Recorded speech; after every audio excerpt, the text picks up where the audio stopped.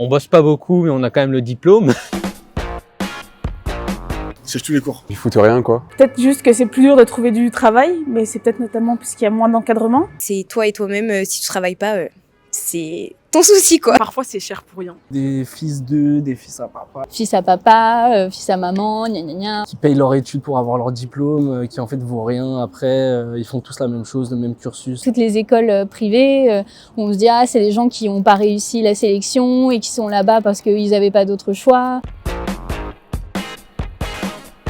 Le choix d'une école privée, c'est qu'ils sont beaucoup plus sur la réalité du terrain. On est très guidé aussi pour l'insertion professionnelle, pour les stages et l'international. Tu peux directement faire une alternance, donc appliquer la théorique à la pratique. C'est gratuit. Quand on n'a pas beaucoup de moyens, c'est un bon compromis. Du coup, il y a beaucoup de gens de milieux différents qui y viennent pour y travailler. Et puis on a des bons cursus, des bons professeurs, des bons locaux. Je pense que c'est le prix du coup. C'est pas forcément évident s'il n'y en a pas trop les moyens, quoi. En soi, on peut tous faire des crédits et en soi, le crédit, il sera rentabilisé à l'avenir. Il y a toujours l'alternance et du coup, c'est l'entreprise qui paye. Je pense qu'on n'a pas forcément le même suivi qu'en privé, surtout à l'université. C'est peut-être la réduction des moyens du coup. Les professeurs qui ont du coup moins de revenus. C'est très compétitif, il y a vraiment une sélection qui est très forte, notamment en psycho. Juste les frais d'inscription, donc 200 €, mais l'alternance finance pour moi, donc sinon ça coûterait beaucoup plus cher. C'est entre 4 500 et 7 500 €. 11 500 Genre entre 8 et 12 000 € par an. En licence, ça coûte 170 €. Master, c'est 270, je crois. Ça reste quand même des petites classes de maximum 30-20 personnes.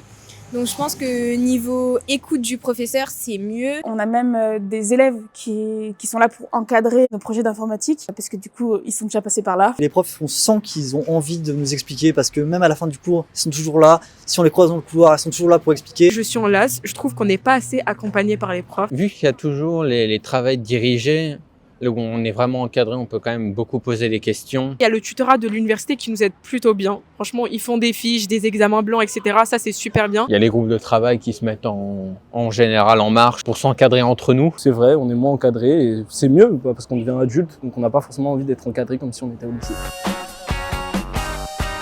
La valeur du diplôme est excessivement importante, surtout dans notre formation où le diplôme garantit le titre de psychologue. Il faut bien prendre en compte que comme on paye, on n'est pas entre guillemets client et du coup il y a une certaine stratégie qui est mise en compte pour nous faire venir. Voilà, faut vraiment se dire que payer c'est pas la solution et qu'il faut vraiment faire attention au choix de notre école, quoi.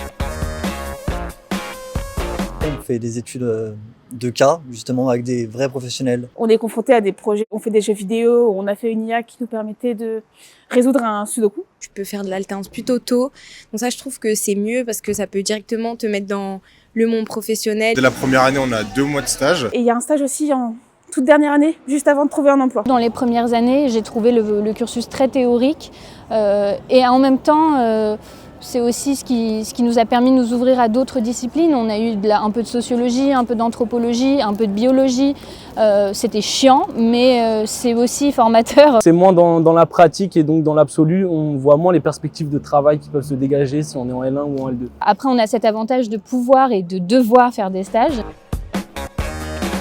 On a 6 mois à faire obligatoirement à l'étranger. Du coup, moi, je suis parti à LA, donc ouais, c'était cool. On peut partir dans divers pays, on peut vraiment aller partout. On peut aller en Thaïlande, il y a vraiment plein de pays. On a un réseau d'entreprises internationales où en fait on postule et c'est selon notre niveau d'anglais où on va être accepté ou non dans les universités. Moi, je suis allée à Dublin notamment. Il y a des possibilités d'Erasmus, avec tout un processus de candidature, avec énormément d'étapes administratives chiantes aussi, donc bon voilà.